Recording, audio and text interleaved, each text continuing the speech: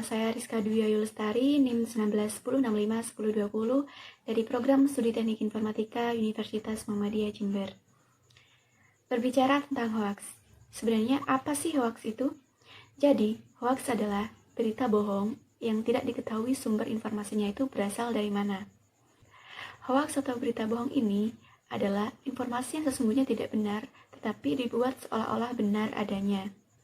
Dan biasanya kebanyakan tujuan dari penyebaran berita hoaks ini yaitu untuk menakut-nakuti dan membuat cemas si pendengar atau pembaca berita.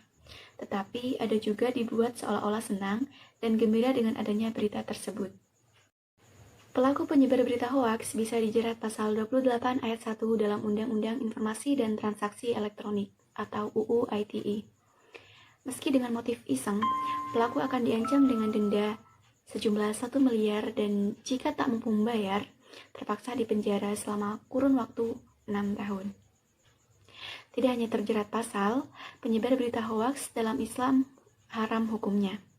Hal ini terdapat dalam Quran Surat Al-Hujurat ayat 6 yang bermakna, kita sebagai umat muslim harus bisa memeriksa suatu informasi dengan teliti, yaitu dengan cara mencari bukti-bukti kebenaran informasi tersebut, yang insya Allah kita akan selamat.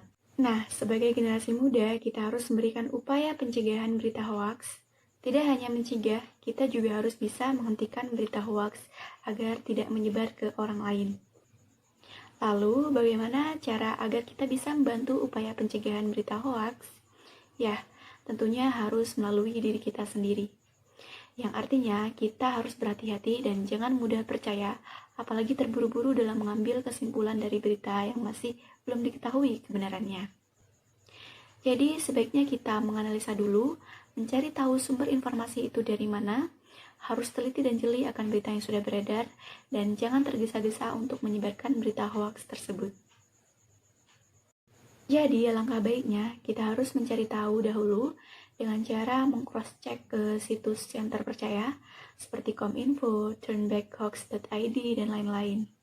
Dan apabila itu terjadi di sekitar lingkungan kita harus mencari tahu terlebih dahulu apa yang sebenarnya terjadi dan menunggu ada pihak yang andil untuk angkat bicara.